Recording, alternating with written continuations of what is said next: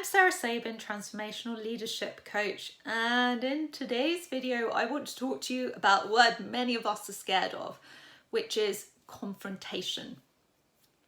So we might hear the word confrontation and immediately it brings up really negative connotations.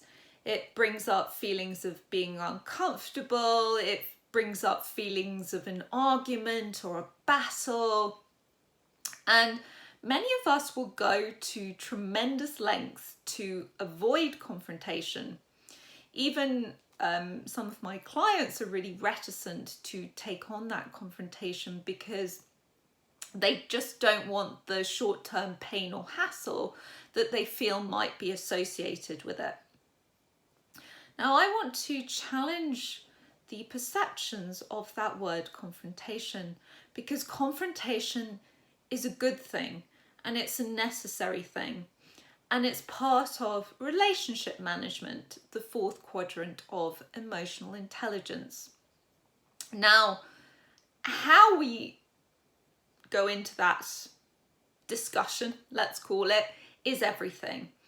If we go in there all guns blazing and we don't listen and we raise our voices, then yes, it is very unlikely to have any kind of productive outcome. So why is confrontation important? Because in order to move forward, in order to lay down boundaries and get clearer on expectations on both sides of the confrontation.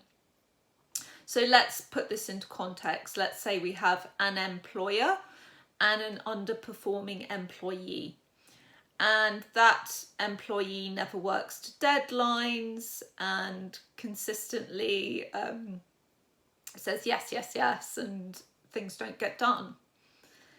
Now, that situation just can't be allowed to go on for months and months and months. It's detrimental to the business, it's detrimental to the employer and the employee and the people perhaps around them, because it doesn't set a great precedent. So what needs to be considered is, okay, I commit to doing this in the next week or two, and I'm going to plan out how I want this conversation to go so that I make this conversation the most productive it can be. So what might that look like? Number one, schedule a time and set the context when you get into that meeting. So explain why this conversation is happening briefly in a non-confrontational way. And then ask questions around the other person so that you can get an understanding of their point of view and what is going on for them, and allow them to explain themselves. And during the time that they are speaking, obviously resist getting defensive, resist going in there with a rebuttal straight away, and resist the voice in your head that is furiously planning the next answer and what you're going to say to them, etc. Once they've finished speaking, then you have the floor to explain your side. So help them to understand you and what you see and what you are perceiving. When both sides feel heard, then you're in a position to monitor, to come up with an action plan going forward. So what does that look like? What are the expectations that need to be laid down, the boundaries, the compromises that need to be made, so that you can both agree on a path going forward?